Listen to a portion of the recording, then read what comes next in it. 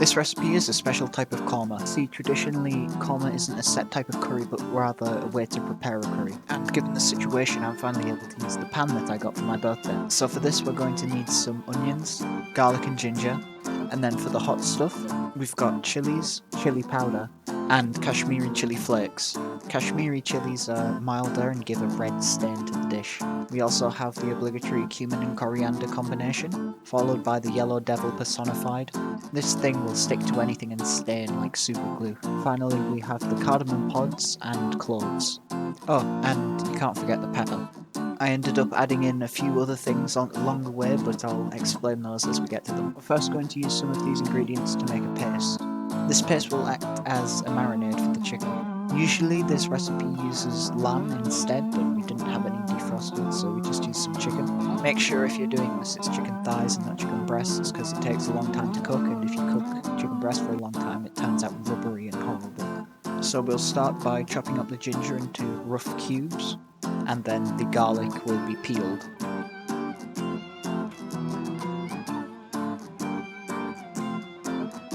Followed by the chilies that are going to be sliced into thick-ish chunks. On the side there you can see some cinnamon sticks. They'll be used later though rather than in the marinade. So all three of these ingredients will be going into the blender, and thankfully we're not grinding chickpeas this time so the sound shouldn't be awful. This gets blended up into a paste, and I will add a tiny bit of water to help make it more of a paste. You could, if you wanted to, add salt at this point. I personally didn't. I added salt at the end, but it's completely up to you if you decide to.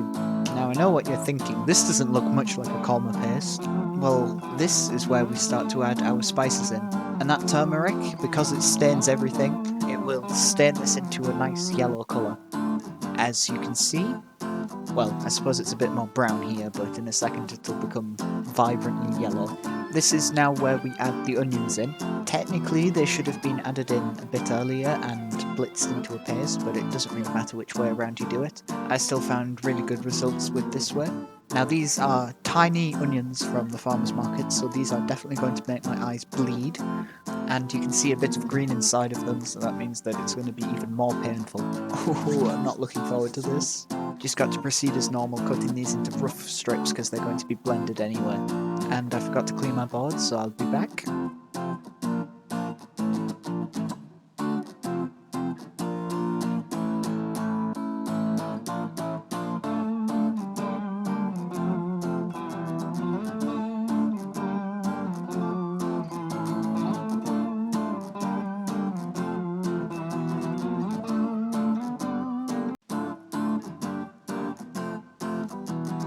Now I will try and add this onion into the pot, but I think I spill half of it on the tabletop. This is why you clean the workbench before you start.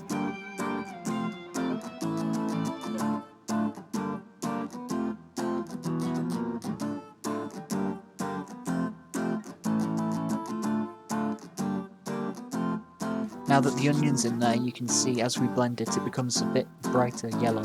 This will be our marinading bowl, and into here we're going to strain some yogurt. However, I only have coconut yogurt left, so we improvise. Instead of using plain yogurt, we'll use the coconut yogurt. This will make it a bit sweeter than usual, but I doubt anyone's complaining about it. Now we just strain this through. Apparently this stops it curdling in the water.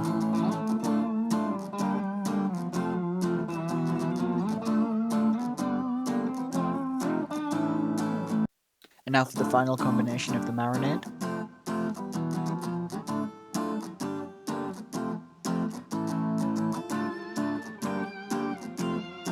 This once again is my Danish whisk from the land of Daneland, and we whisk it into a smooth korma paste.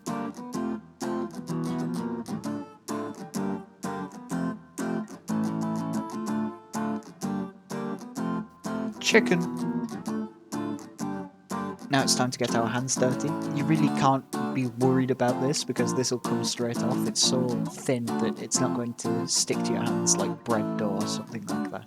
Then we place this into the fridge to marinate. Ideally this would be done either overnight or for a long period of time.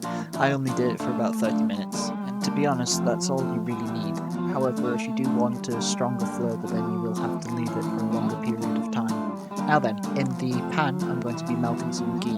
Ghee is basically just clarified butter, and that's where you melt the butter and then remove the solids from it. Because of the removal of solids, it has a higher smoke point than butter, which means you're very unlikely to burn it, unless of course you crank the heat up to very, very high and keep it there for like a permanent hour or so.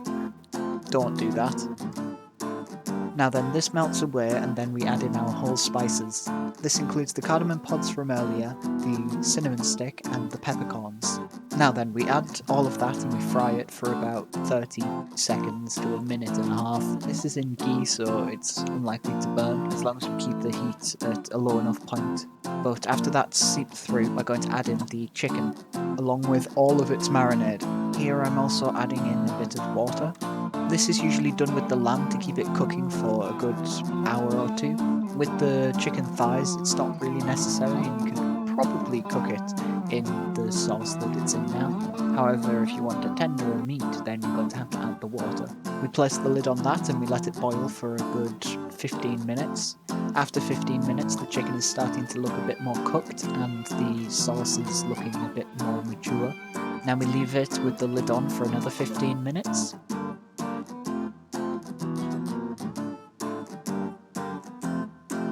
Now after that we can start to see the fat is coming to the top and most of the water is evaporating away.